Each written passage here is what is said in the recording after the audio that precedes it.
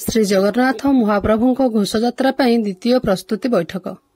Harabhanga block ସଦର ମହକୁମା ଚାରିଛକସ୍ଥିତ ଠିଡ୍କାଜୋର ଜଗନ୍ନାଥ ମହାପ୍ରଭୁଙ୍କ ରଥଯାତ୍ରା ପାଇଁ ଦ୍ୱିତୀୟ ପ୍ରସ୍ତୁତି ବୈଠକ ବ୍ଲକ ସଭାଗୃହରେ ଗୁରୁବାର ଅପରାହ୍ନରେ ଅନୁଷ୍ଠିତ ହୋଇଯାଇଛି। ରଥ ମହୋତ୍ସବ କମିଟି ସଭାପତି ତହସିଲଦାର ତଥା ଦେବୋତ୍ତର ଅଧିକାରୀ ବିଭୁ ପ୍ରସାଦ ସିଂଙ୍କ ସଭାପତିତ୍ୱରେ ସମ୍ମାନିତ ଅତିଥି ଭାବେ ହରଭଙ୍ଗା ବିଡିଓ ଶରତ କୁମାର ସେଠୀ, ପୁରୁଣାକଟକ ଥାନା ଭାରପ୍ରାପ୍ତ ଅଧିକାରୀ ଶାରଦା ପ୍ରସନ୍ନ ଦାସ, ବାଣୀଭୂଷଣପୁର ସମିତି ସଭ୍ୟ ପ୍ରଶାନ୍ତ କୁମାର ପ୍ରଧାନ ଓ 7 ନମ୍ବର ଜୋନ୍ର ଜିଲ୍ଲା ପରିଷଦ ସଭ୍ୟ ବିଶ୍ୱଜିତ ମିଶ୍ର, ଅଗ୍ନିଶମ ବିଭାଗ, ରାମସେନା ଚାରିଛକ, ବ୍ଲକ ଜର୍ଣ୍ଣାଲିଷ୍ଟ ଆସୋସିଏସନ ଚାରିଛକର ପ୍ରତିନିଧି ପ୍ରମୁଖ ଯୋଗ ଦେଇଥିଲେ। ପ୍ରଥମେ ସମ୍ପାଦକ ବାମଦେବ ଦାସ ଗତ ବୈଠକର ବିବରଣୀ ପାଠ କରିଥିଲେ।